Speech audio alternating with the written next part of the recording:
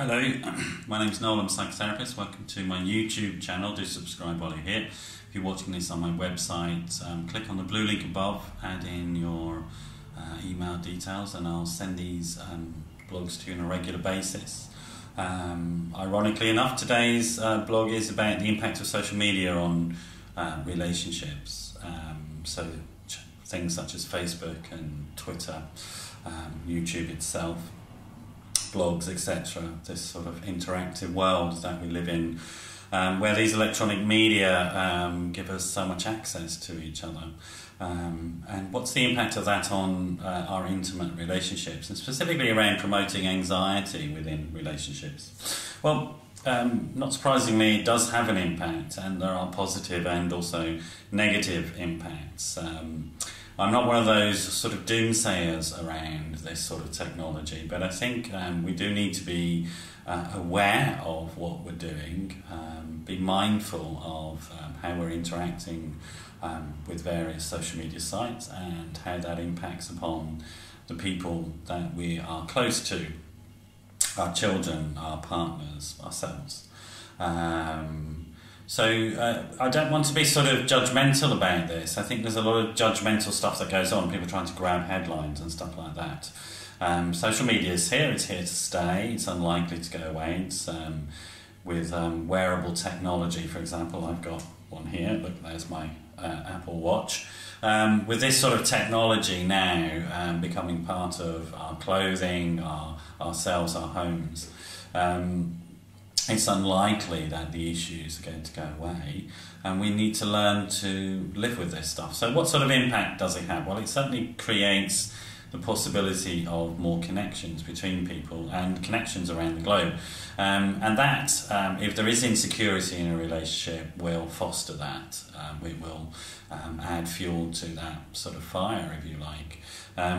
We have to ask ourselves where the insecurity is coming from in any of our relationships, whether it's ourselves, it's somebody else's, or whether there's problems in the relationship between ourselves and the other person, or ourselves and our children, and self and our boss, etc. Thinking about that. So there's a number of ways of thinking about that. So have a think about your own childhood. How secure was that? That's where you start. If that was very secure, then that's a good start for you. But also ask yourself, even with a secure childhood, some people can be born more anxious and fearful than others, and some people can be more depressed than others. Were you one of those types? Is that what's happened throughout your life? Do you need to be aware of that sort of tendency you have towards sort of thinking the worst and be worrying about things and mulling over things or ruminating on things? And do you need to challenge that within yourself? Is that true of your partner? What's their sort of constitution like, their emotional constitution? What about your children? What about your colleagues, etc.? So have a think about that, where the source of this is coming from, and do you need to do the work yourself on becoming aware of your thinking processes, your behavioural processes that lead you to feel more insecure in relationships rather than less, or do you need to do work around early childhood trauma, for example? So starting with your own baggage, start to unpack that and have a look at it. Look at your partner, your children, look what's going on for them, maybe provide support for them, and understanding and compassion for somebody who may be really struggling with this stuff. You may want to think about your use of social media, for example. You may want to stop for a while just to see if things calm down in the relationship. Or think about how and what you post. Getting in touch with ex-partners, for example, you may decide to what we call bottom line that, which is not do it.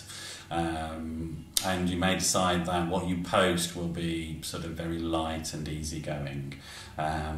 Some people are afraid of sort of posting light and easygoing stuff, but I encourage that because posting something that's far too personal can be really tricky for some people.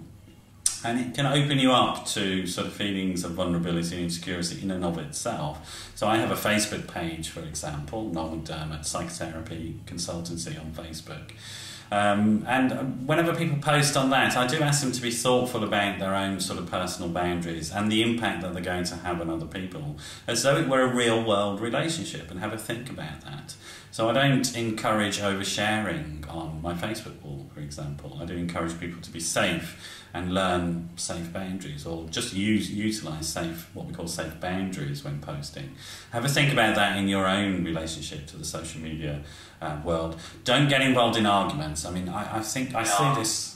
So sorry about that. So my iPad decided to start talking to me. Don't get involved in arguments on social media. They get inflamed, out of all proportion, all sorts of things. Just step back and be quite calm around that stuff. Same with sending text messages. I encourage people never to put emotional content into text messages, just to keep them organisational, if you like.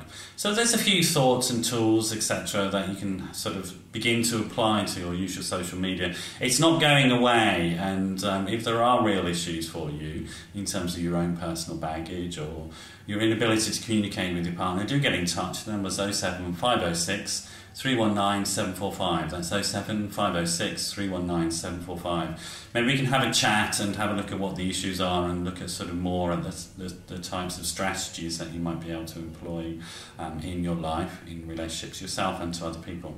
Thanks for dropping by. I hope that's been useful, and hopefully I'll see you again. Bye bye.